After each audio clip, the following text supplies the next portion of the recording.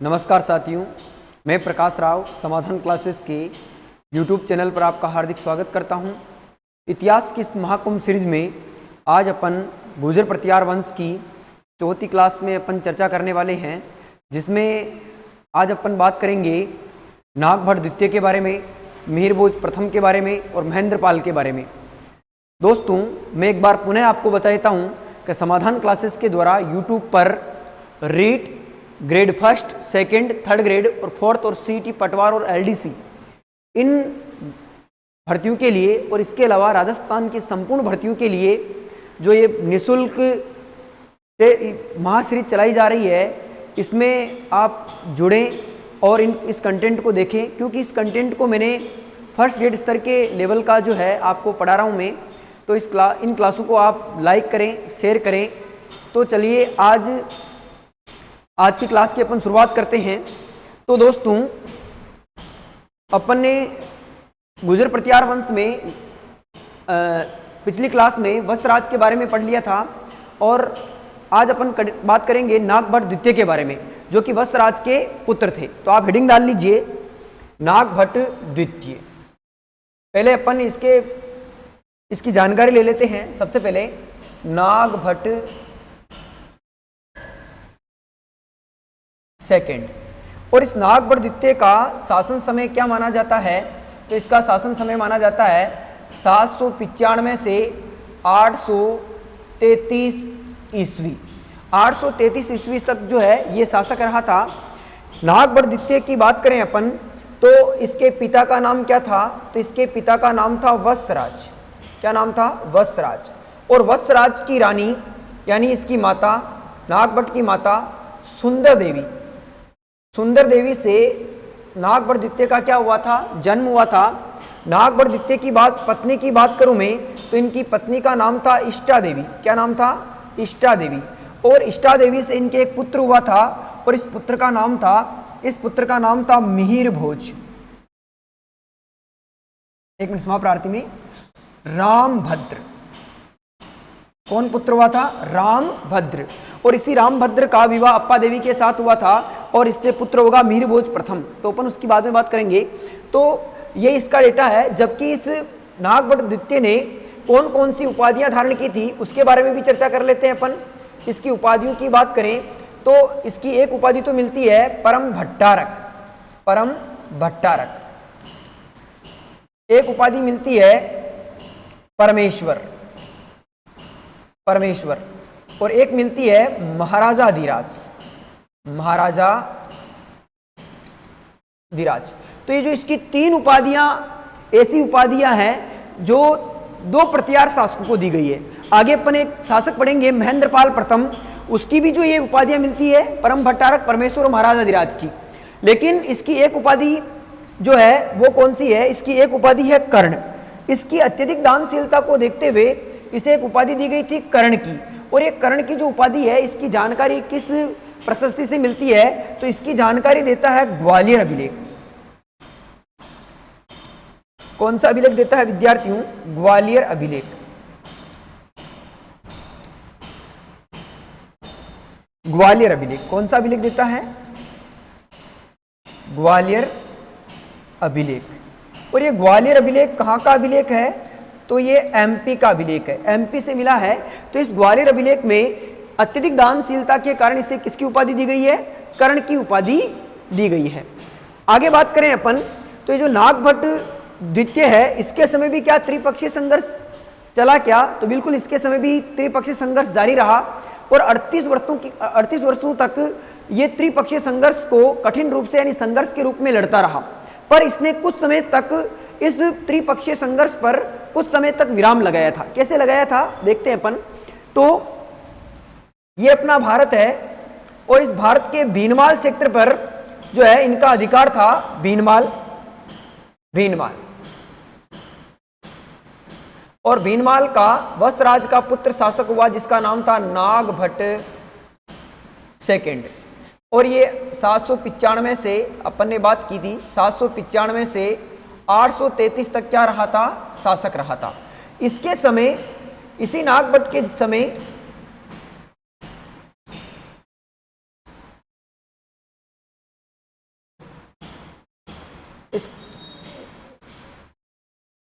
इसी नागभट्ट द्वितीय के समय उत्तरी भारत की बात करें अपन, तो अपन ने बात की थी कि दो नदियां बहती थी उत्तरी भारत में।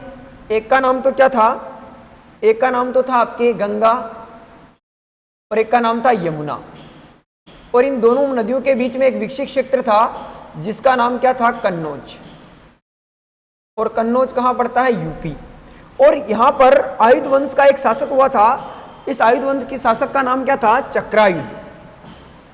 क्या नाम था, चक्रायुध। और इस चक्रायुध नागभट्ट के समकालीन जो है कन्नौज यूपी का शासक चक्रायुध था। तो नागभट्ट द्वितीय ने क्या किया, नागभट्ट द्वितीय ने इस चक्रायुध पर क्या कर दिया, आक्रमण किया। चक्रायुध पर क्या कर दिया, आक्रमण। और चक्रायुध को पराजित करके, चक्रायुध को क्या कर दिया इसने, इस युद्ध में पराजित। और नागभट्ट ने कन्नौज पर अपना क्या कर लिया, अधिकार। और कन्नौज पर अधिकार करके इसने कन्नौज को, किसको, कन्नौज को, कन्नौज को अपनी क्या बनाया, कन्नौज को राजधानी बनाया। तो कन्नौज को राजधानी बनाने वाला शासक कौन था, तो आपके नागभट्ट द्वितीय था। और त्रिपक्षीय संघर्ष किसके लिए लड़ा जा रहा था, कन्नौज के लिए लड़ा जा रहा था। इसीलिए यहां पर अपन बात करें तो नागभट्ट द्वितीय प्रत्यार वंश का ऐसा शासक था जिसने कुछ समय के लिए इस त्रिपक्षीय संघर्ष पर क्या लगा दी थी, यानी विराम लगा दिया था कुछ समय के लिए, पूर्ण रूप से नहीं, कुछ समय के लिए। कुछ समय के लिए क्यों, क्योंकि उस समय इसके समकालीन जो दक्षिणी भारत में बात करें अपन, दक्षिणी भारत में बात करें अपन, तो यहां पर राष्ट्रकूट शासक कौन था, दक्षिणी भारत में इस समय राष्ट्रकूट शासक था जिसका नाम था गोविंद तृतीय। राष्ट्रकूट शासक कौन था, गोविंद तृतीय। और इस गोविंद तृतीय ने क्या किया, इस गोविंद तृतीय ने, गोविंद थर्ड ने किस पर आक्रमण कर दिया, नागभट्ट द्वितीय पर। और इस पर आक्रमण करके नागभट्ट द्वितीय को क्या कर दिया, पराजित कर दिया। और नागभट्ट द्वितीय पराजित हो गया तो नागभट्ट द्वितीय पुनः कहां लौट आया, भीनमाल लौट आया। पुनः कहां लौट आया, पुनः लौट आया, पुनः लौट आया। कहां लौट आया, पुनः, तो पुनः भीनमाल लौट आया। तो कन्नौज से वापस जो कन्नौज इसने प्राप्त किया था वो कन्नौज पुनः इसके हाथों से निकल गया, यानी कन्नौज को इसने राजधानी बनाया। पर गोविंद तृतीय ने कन्नौज पर जो है, गोविंद तृतीय के हाथों ये पराजित होकर वापस कन्नौज को क्या कर देता है, खो देता है। लेकिन ये अंतिम रूप से जो है अपनी आस छोड़ता नहीं है और लमसम 38 वर्षों तक, कहां तक, 38 वर्षों तक बात करें अपन, 38 वर्षों तक नागभट्ट द्वितीय 38 वर्षों तक जो है कन्नौज को प्राप्त करने के लिए, कन्नौज को प्राप्त करने के लिए, प्राप्त करने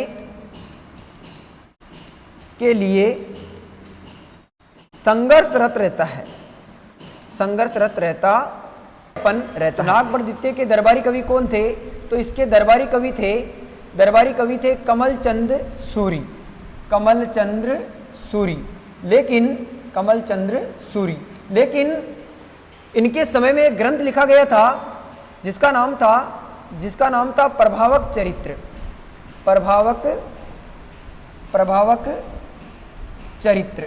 और इस ग्रंथ के लेखक कौन थे, तो इस ग्रंथ के लेखक थे आपके चंद्र प्रभु सूरी, चंद्र प्रभु सूरी। और इन्होंने इस ग्रंथ में लिखा है, इस प्रभावक चरित्र के अनुसार ये बात मिलती है कि 833 ईस्वी में, 833 ईस्वी में जो है नागभट्ट द्वितीय ने गंगा नदी में क्या ले ली, गंगा नदी में समाधि ले ली। तो ये प्रश्न पूछा जाता है, समाधि ले ली, तो ये प्रश्न पूछा जाता है कि प्रत्यार वंश का ऐसा शासक जिसने गंगा नदी में समाधि लेकर जो है आत्महत्या कर ली थी, तो वो कौन सा शासक था, आपके नागभट्ट द्वितीय। आगे बात करें तो इस नागभट्ट द्वितीय का पुत्र हुआ था, इसका उत्तराधिकारी कौन बना, तो नागभट्ट द्वितीय का पुत्र हुआ था जिसका नाम था रामभद्र। क्या नाम था, रामभद्र। और ये रामभद्र जो है प्रत्यार शासक नागभट्ट द्वितीय का क्या बनता है, उत्तराधिकारी। तो अब आप हेडिंग डाल लीजिए रामभद्र प्रतिहार, हेडिंग डाल लीजिए रामभद्र प्रतिहार। और रामभद्र प्रतिहार 833 से 836 ईस्वी तक क्या बनता है, शासक बनता है। और इस रामभद्र प्रतिहार की बात करें अपन तो इसका विवाह किसके साथ हुआ था, तो इसका विवाह हुआ था अप्पा देवी के साथ। किसके साथ, अप्पा देवी के साथ, यानी अप्पा देवी इसकी पत्नी थी। और इसी अप्पा देवी और रामभद्र द्वितीय से एक पुत्र हुआ था जिसका नाम था मिहिर भोज प्रथम। मिहिर भोज प्रथम। तो विद्यार्थियों यहाँ पर आपको एक बात याद रखनी है कि जो रामभद्र प्रतिहार जो शासक बना था, जिसने 833 से लेकर 836 तक भीनमाल पर शासन किया, लेकिन ये रामभद्र प्रतिहार बिल्कुल अयोग्य शासक था। जितनी भी इनके पूर्वज प्रतिहार शासकों ने जितनी भी उपलब्धियां हासिल की थी और जितने कार्य किए थे, उन सबको खो बैठा था। कौन, रामभद्र प्रतिहार। इसीलिए इसके पुत्र मिहिर भोज प्रथम को यह बात अच्छी नहीं लगी और मिहिर भोज प्रथम ने अपने पिता से कहा कि आप शासन को क्या कर दीजिए, छोड़ दीजिए और मेरे हाथों में दीजिए। लेकिन रामभद्र प्रतिहार इस बात से जो है राजी नहीं हुए। इसीलिए मिहिर भोज प्रथम ने अपने पिता रामभद्र की क्या कर दी, हत्या कर दी। अपने पिता रामभद्र की क्या कर दी, हत्या कर दी। और इतिहास में क्या कहलाए, पितृहंता। क्या कहलाए, पितृहंता। तो इतिहास में पितृहंता, प्रतिहारों का पितृहंता शासक कौन हुआ है, तो मिहिर भोज प्रथम को कहते हैं, जिसने अपने पिता रामभद्र की हत्या कर दी और स्वयं जो है भीनमाल की राजगद्दी पर क्या होता है, आसीन होता है। तो अब शासक कौन है, मिहिर भोज प्रथम। वेरी वेरी इंपॉर्टेंट शासक मिहिर भोज प्रथम। हेडिंग डाल लीजिए आप, मिहिर भोज प्रथम। ये कब से कब तक शासक रहा था, तो ये शासक रहा था 836 से लेकर 885 ईस्वी तक। 836 से लेकर 885 ईस्वी तक। बात करें अपन तो मिहिर भोज के पिता का नाम क्या था, तो अपन ने बात की थी कि रामभद्र। इसके पिता कौन थे, रामभद्र। माता कौन थी, तो इसकी माता का नाम था अप्पा देवी। और ये जो मिहिर भोज प्रथम है, इस मिहिर भोज प्रथम के बारे में जो है उपाधियां क्या क्या थी इसकी, ये भी देख लेते हैं अपन। तो इसकी उपाधियां थी, एक तो इसे कहा जाता है सूर्य का प्रतीक। सूर्य का प्रतीक, सूर्य के प्रतीक के नाम से जाना जाता है। एक इसे आदिवराह। आदिवराह। और आदिवराह किस अभिलेख में इसकी जानकारी मिलती है, इस उपाधि की, तो एक अभिलेख है ग्वालियर अभिलेख। ग्वालियर अभिलेख एमपी से ये जानकारी मिलती है कि मिहिर भोज प्रथम ने आदिवराह की क्या धारण की थी, उपाधि धारण की थी। तीसरी उपाधि इसकी मिलती है प्रभास पाटन। प्रभास पाटन। और ये प्रभास पाटन इसकी उपाधि किस शिलालेख से मिलती है, दौलतपुर शिलालेख से। दौलतपुर शिलालेख से। एक इसे अरबी यात्री सुलेमान ने इसे मल्लेचू का नाशक या अमित्र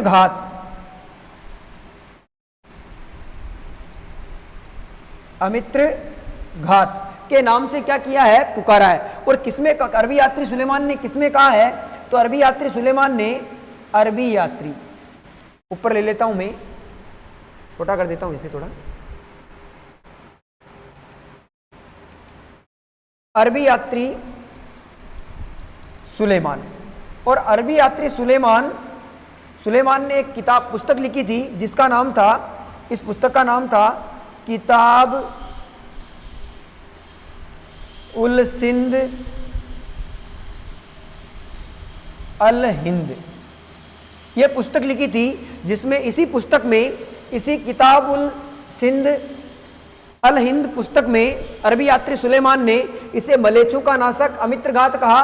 और इसी पुस्तक में सुलेमान ने भारत देश को काफिरों का देश बताया। काफिरों का देश बताया। काफिरों का देश का मतलब जो है धर्म, इस्लाम धर्म का विरोधी देश।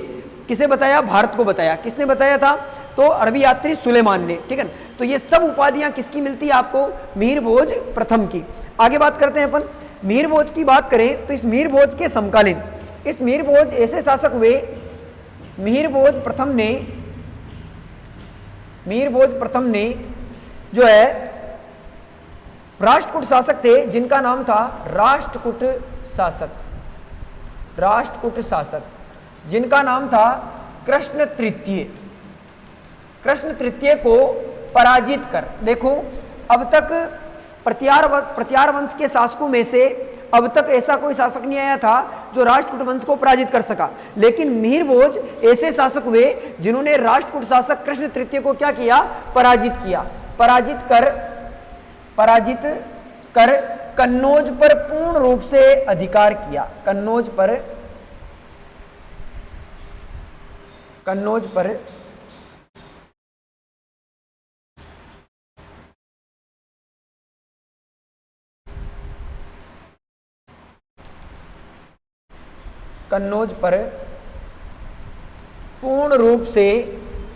पूर्ण रूप से अधिकार किया। तो कन्नौज पर पूर्ण रूप से अधिकार करने वाले शासक कौन थे, मिहिर भोज प्रथम। तो इनके समय लगभग त्रिपक्षीय संघर्ष की क्या हो जाती है, समाप्ति। तो एक बात यह भी ध्यान रखें कि मिहिर भोज प्रथम के समय त्रिपक्षीय लंबे समय से चले आ रहे त्रिपक्षीय संघर्ष की समाप्ति हुई। वत्सराज प्रत्यार के समय जो त्रिपक्षीय संघर्ष शुरू हुआ था वो किसके समय समाप्त हो गया था, तो मिहिर भोज प्रथम के समय समाप्त हो गया था। लेकिन ये बात ध्यान रखें आप, क्या इसके बाद में संघर्ष नहीं चला क्या, तो इसके बाद में राष्ट्रकूट वंश के साथ संघर्ष नहीं हुआ था, केवल पाल वंश के साथ जो है प्रत्यारों का संघर्ष चलता रहा। जो आगे शासक आएंगे वो पाल वंश से लड़ते रहे, लेकिन त्रिपक्षीय 3 वंशों के मध्य जो लड़ाई चल रही थी वो पूर्ण रूप से कन्नौज पर अधिकार करने के बाद में जो है क्या हो जाती है, समाप्त हो जाती है। इसके आगे बात करें अपन तो इसी मिहिर भोज के समय और क्या हुआ था, तो इसी मिहिर भोज के समय इस मिहिर भोज की और अन्य ग्रंथ भी जानकारी देते हैं। तो ऐसा बताया जाता है कि इस मिहिर भोज के समय एक अरब आक्रमणकारी जिसका नाम था जुनैद खां। क्या नाम था, जुनैद खां। इस जुनैद खां ने जो है यहाँ पर आक्रमण किया था, भारत पर आक्रमण किया था। तब ऐसा बताया जाता है कि मिहिर भोज ने इस जुनैद खां को सिंध अफगानिस्तान तक खदेड़ दिया और इसे पराजित किया। और यहाँ पर जो है सिंध में ताजिए निकालने पर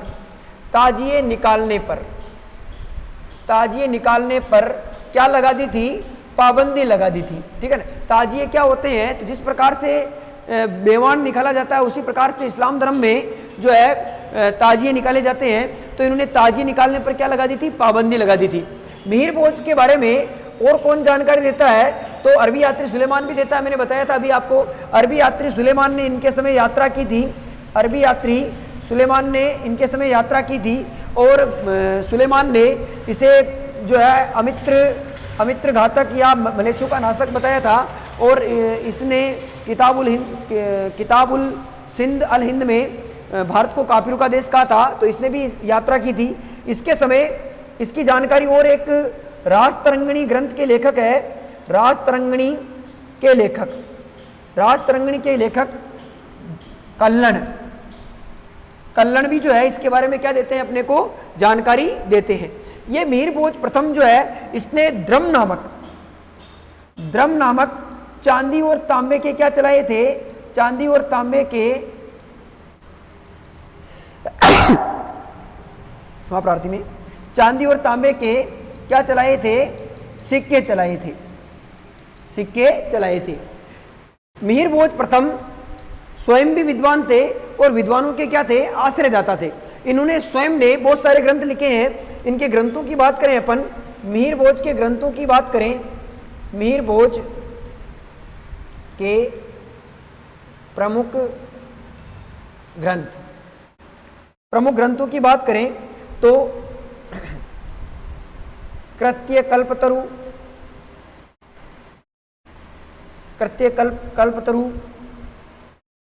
सरस्वती कंठाभरण, सरस्वती कंठाभरण,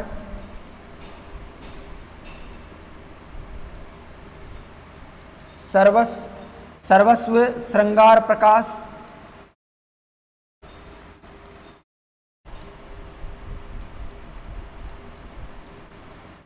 विद्या विनोद,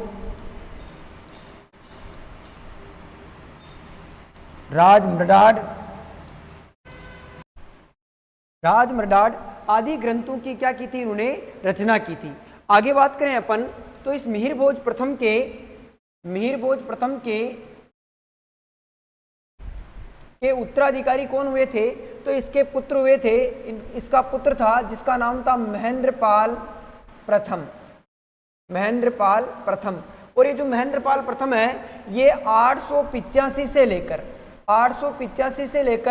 910 ईस्वी तक क्या बनते हैं, शासक बनते हैं। और महेंद्रपाल प्रथम जो है प्रतिहार वंश के इतिहास में एक महत्वपूर्ण शासक हुए हैं, क्योंकि इनके समय एक कवि थे जिनका नाम था राजशेखर, तो उन पर भी अपन चर्चा करेंगे। तो हेडिंग डाल लीजिए आप, नेक्स्ट शासक महेंद्रपाल प्रथम के ऊपर,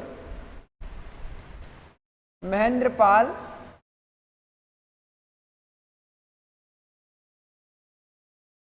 प्रथम। शासन समय क्या था, तो 885 से लेकर 910 ईस्वी। अगर बात करूं मैं तो ये प्रतिहार वंश के दूसरे ऐसे शासक हैं जिन्हें एक तो महाराजाधिराज,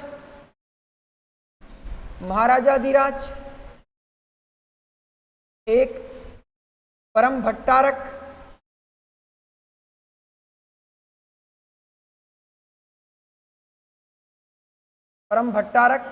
और एक परमेश्वर। इन तीन उपाधियों से क्या किया गया था, विभूषित किया गया था। ठीक है, पहले शासक कौन थे इन तीन उपाधि धारण करने वाले, तो नागभट्ट द्वितीय, और दूसरे कौन है, महेंद्रपाल प्रथम। जबकि इनके दरबार में एक दरबारी कवि था, इनका दरबारी कवि जिसका नाम था कवि राजशेखर। और कवि राजशेखर ने बहुत सारे ग्रंथों की क्या की थी, रचना की थी, जिनमें कौन कौन से ग्रंथ है, जिसमें एक ग्रंथ है कर्पूर मंजरी, दूसरा है बाल रामायण, तीसरा बाल महाभारत, और चौथा नर्तन निर्णय, और एक है विदसाल भंजिका।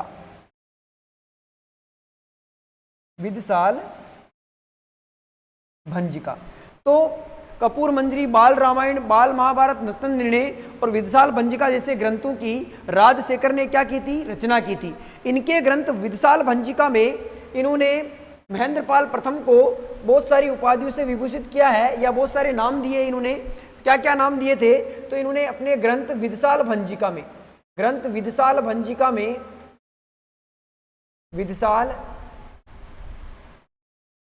भंजिका में इन्होंने महेंद्रपाल प्रथम को रघुकुल तिलक,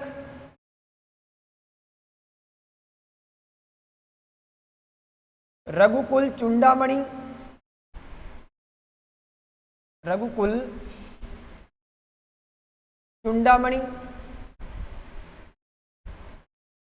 निर्भय नरेश,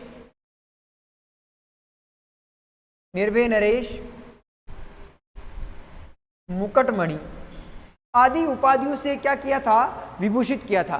किसे विभूषित किया था, तो आपके महेंद्रपाल प्रथम को। तो महेंद्रपाल प्रथम को कवि राजशेखर के द्वारा दी गई उपाधियां कौन कौन सी है, तो रघुकुल तिलक, रघुकुल चूड़ामणि, निर्भय नरेश और मुकटमणि। आगे बात करें अपन तो महेंद्रपाल प्रथम के दो पुत्र हुए थे। महेंद्रपाल के उत्तराधिकारी कितने हुए थे, दो पुत्र हुए थे इनके। एक का नाम तो था मिहिर भोज सेकंड, और दूसरा महिपाल प्रथम, महिपाल प्रथम। और ऐसा बताया जाता है कि ये दोनों आपस में सौतेले भाई थे, दोनों इनकी संतान थे, लेकिन इनकी माताएं जो अलग अलग थी, लेकिन इनके साथ प्रत्यार वंश का पालों के साथ कैसे आगे संघर्ष जारी रहा, इन सब पर बात करने वाले अपन कल। तो आज के लिए धन्यवाद।